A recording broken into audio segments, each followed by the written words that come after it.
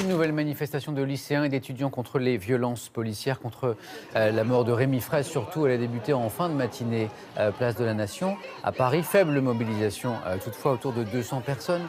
Il y a donc eu un mensonge d'État, puisque les gendarmes savaient depuis 2h10 du matin que Rémi Fraisse était mort sur le coup, d'un tir de grenade au TNT, donc d'une arme. Et donc, quand le ministre de l'Intérieur a lancé le leurre du sac à dos dans lequel il y aurait pu avoir de l'explosif qui aurait pu provoquer la mort de Rémi Fraisse, il savait fort bien qu'il y avait une bavure, il faut l'appeler comme ça. Ces éléments-là ont été portés à la connaissance de ceux qui font l'enquête. Ces éléments-là sont couverts par le secret de l'enquête et le secret de l'instruction et n'ont à aucun moment été portés à ma connaissance.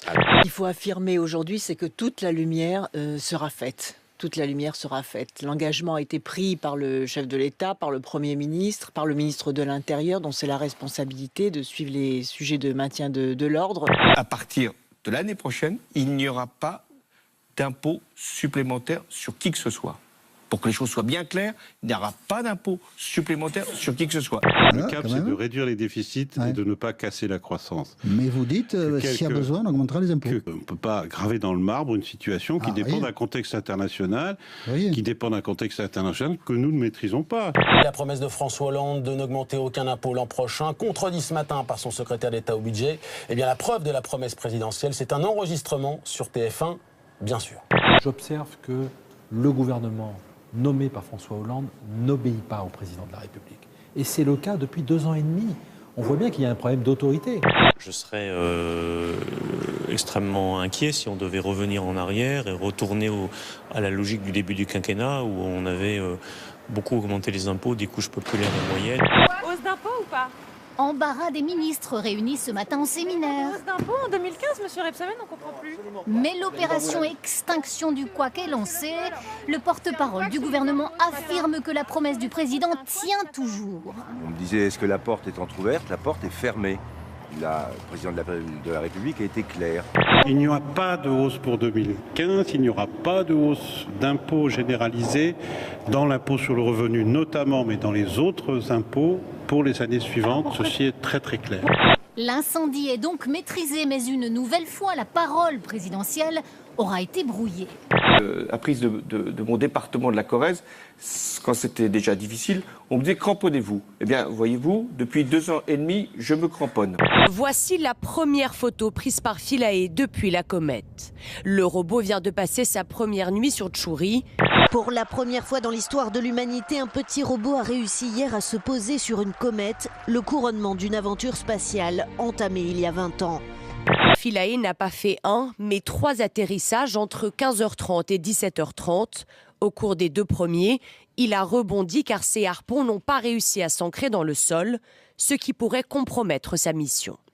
Vous allez donner plein d'informations sur l'origine de l'univers, savoir d'où nous venons. C'est une question très grave, savoir d'où nous venons. J'essaye de poser moi la question de savoir où nous allons. Et justement... Vous aviez des télégrammes de félicitations ou des tweets de félicitations qui étaient adressés à la NASA.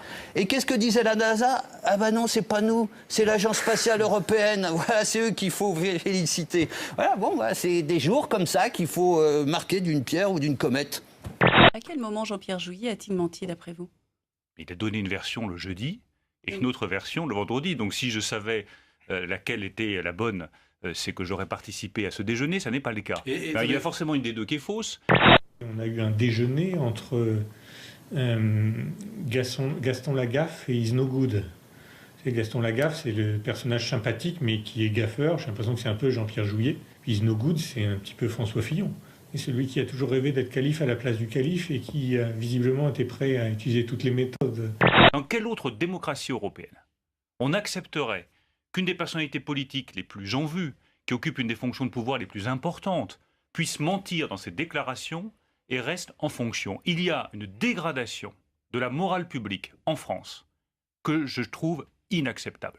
S'il est maintenu, et pour moi c'est un point d'interrogation, la conséquence évidente de ce choix, c'est que le président de la République couvre, approuve, peut-être a-t-il inspiré un certain nombre de ces manipulations-là. 2 laveurs de carreaux new-yorkais se sont retrouvés suspendus dans le vide au 69e étage de la tour 1 du World Trade Center. L'un des câbles de leur nacelle motorisée a lâché. Ils ont passé 1 heure à 240 mètres de haut avant d'être récupérés, sains et saufs heureusement, par les pompiers.